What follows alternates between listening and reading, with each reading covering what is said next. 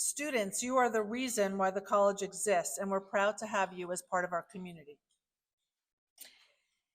So, to help us introduce our Alumni Award honorees, we have some current social work students who will be coming up on stage throughout the evening. We're excited to hear from these students as they share about themselves. Involving our students in this event is truly about fostering a shared purpose and connection within our social work community, which is really what we're all about. Now let's welcome our first student to introduce our first Distinguished Alumni Award winner, Jegede. Please join us.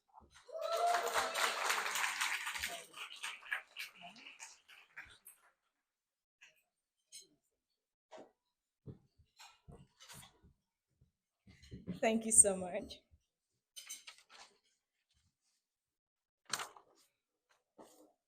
All right. You all look great tonight and you all look friendly, so I'm not nervous and I'm happy to speak to you all. My name is Oluwaseun Jegede. I'm from Nigeria, West African. I hold a Bachelor of Education in Guidance and Counseling and a Master's in Social Work completed across 4 European countries through the Erasmus Mundus EU-funded scholarship. I bring international social work experience with young people across Europe and Africa.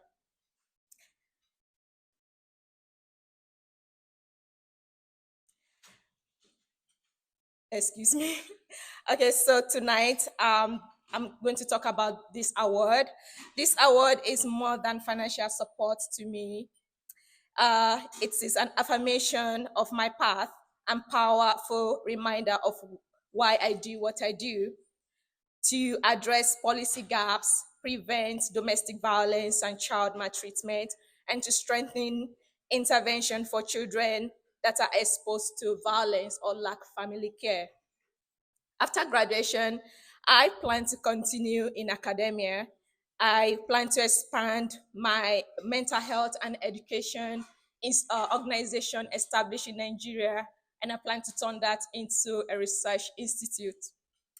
My vision is to build partnership with universities, child welfare organizations across Africa to influence policy, strengthen services, prevent domestic violence, and support children who have experienced trauma or displacement. Being here tonight fills me with joy and excitement. I'm thrilled to celebrate along other awardees, each of us with our own story, our passion, and our purpose. And I want to say a heartfelt thank you to my donor and to all the donors whose generosity makes this possible. Thank you, and thank you so much. Now, I will use this opportunity to introduce this year Distinguished Emeritus Alumni Awardee. The Distinguished Emeritus Alumni Awardee recognizes an individual who graduated from the program 50 or more years ago and has made significant contribution to the profession of social work. Please join me to welcome this year's recipient, Doby Flowers. And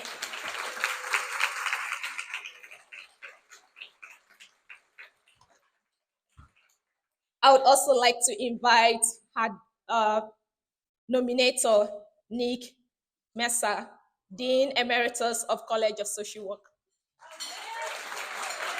Thank you.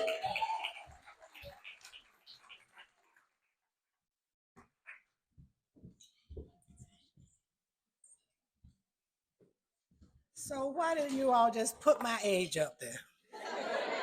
Come on up, you old too. I have to introduce you. Oh, you got to introduce me, okay.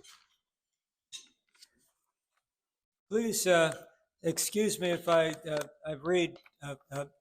There's so much to speak about with Doby, and I may have said this last year, but it's still true.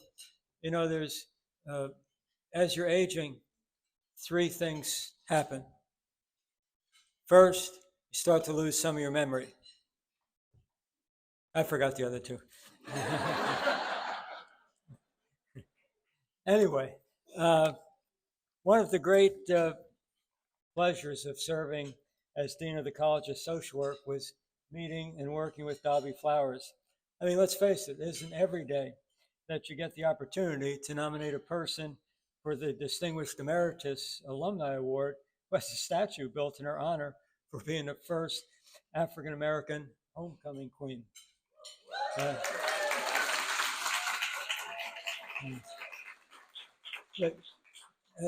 Doby noted in the past that being elected as homecoming queen represented an opportunity to challenge society's perception of African American women. It was never a beauty contest. It was a strategic move to break down barriers. Then and now, Doby, I can say your beauty shines both inside and outside. But this was only the beginning of a long line of accomplishments in advancing integration and civil rights. Doby earned her bachelor's degree in social welfare and a master's degree in urban and regional planning at FSU, later studied at Harvard, and completed her studies at FSU in 1973. She moved to the Northeast, where she accrued experience introducing and directing innovative, large-scale public and private ventures. Again, just a few of the things. She worked for Mayor Kevin White in Boston for almost 10 years, with her last position being Deputy Director of Employment and Economic Policy Administration for the city of Boston. She was later recruited by Mayor Koch in New York to head an agency for child development, the largest agency of its kind in the nation. She was tapped in to assist with the entire welfare system for New York City. And she developed and implemented a new agency to oversee welfare reform for the city of New York. And I can go on and on and on. When she came back to Tallahassee, she and her brother, Fred, founded the Florida State University Civil Rights Institute. And I might add that Fred keeps Doby company on the statue, that Fred represents athletics as the first African-American athlete at FSU. Fred, are you here? You could just, okay. Amazing. The Institute celebrates and studies the U.S. civil rights movement, again, aiming to promote justice and equality within FSU and its surrounding communities. And again, we were proud in 2012, where our students and faculty and staff joined together to commemorate 50 years of integration at FSU. More than 1,500 participants formed a human chain representing the brave legacy of Florida State's first African-American students enrolled during the integration area. I'd now like to share just very briefly excerpt from a poem. You know I was going to have a poem to speak to some of the many qualities and commitments of Doby Flowers. It's a little bit from Nikki Rosa, poem by Nikki Giovanni. If you become famous or something, your biographers never understand what concerns you is that everybody is together and you and your sisters have happy birthdays and very good Christmases. And to know that Black love is Black wealth. And also just I want to share just a few lines from the remarks that Nikki Giovanni made for, you probably recall the Virginia Tech shooting in 2007. Quote, "We are Virginia Tech. We are sad today, and we will be sad for quite a while. We are not moving on. We are embracing our mourning. We are Virginia Tech. The Hokie Nation embraces our own and reaches out with open heart and hand to those who offer their hearts and minds. We are alive to the imagination and of possibilities we will continue to invent. The future are blood and tears, though all the sadness. We are the Hokies. We will prevail. We will prevail. We are Virginia Tech." So proudly, we recognize Doby Flowers for her amazing contributions to our society, and now more than ever, to our society as an FSU College of Social Work student and through her many years following graduation. We draw inspiration from her and can borrow from Nikki to say we are Florida State University, College of Social Work. We will continue to prevail. We will continue to prevail. We will continue to prevail. Thank you, Doby.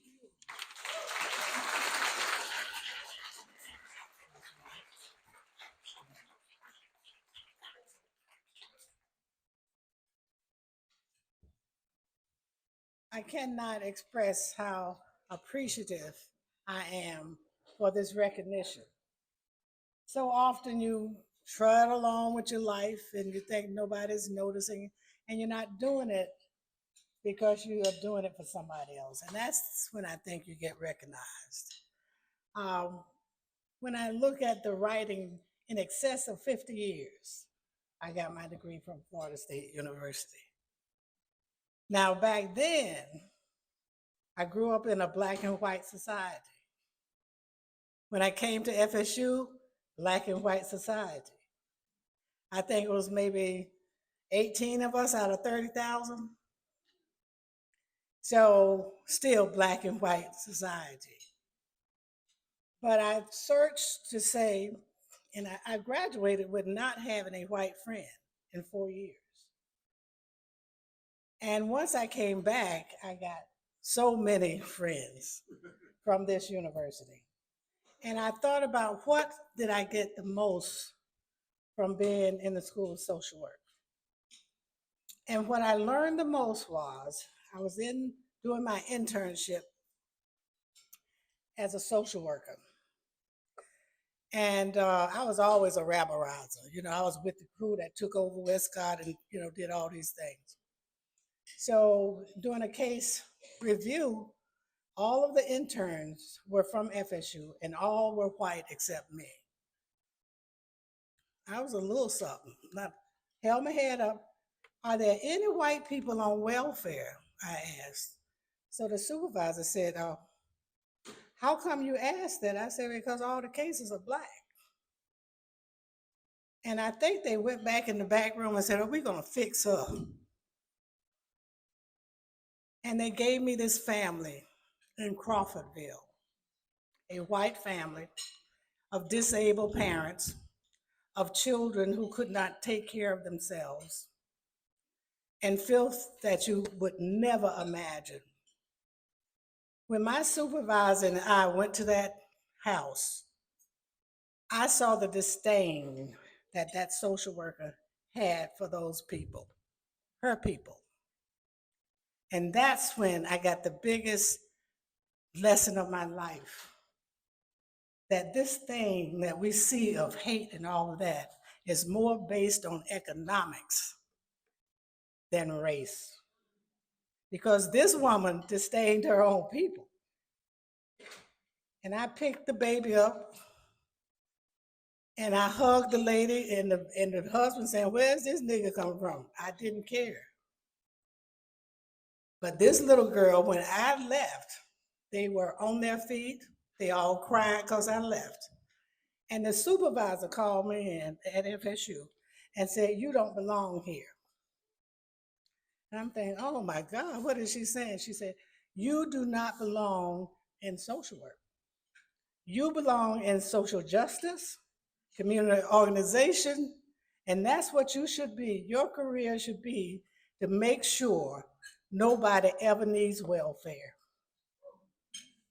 And that was such a lesson for me. And that's from, if you look at my career, all my career, and I applaud the social workers, but I've always been in prevention, whether it's economic development, housing, child development. I've always been on the preventative side. And I've always been committed to make sure that I make some kind of contribution to make things better for other people. And I appreciate you for looking at me 50 years later. You know, 50 years ago, you would have been calling my grandmama Annie. That was the name for all Black old people. or black women. Now I walk into a black store, they say, Mother, that's the black equivalent of endearment, mother of the church. So I know I'm pretty old when they say, Mother, can I help you? So for everything that you all have given to me, hopefully I can give back to you. And hopefully, just like I had the experience of Florida State University, who was at that time known as the Berkeley of the South, that you are continuously producing leaders that will challenge and question and give to people who need help. I don't know where we're going now, and I won't get into a political situation. But I heard A.J. Richardson on Sunday at church because we don't know what to do right now. And he said, the same God that said, let my people go, will be the same God that says, let my people vote. Thank you very much.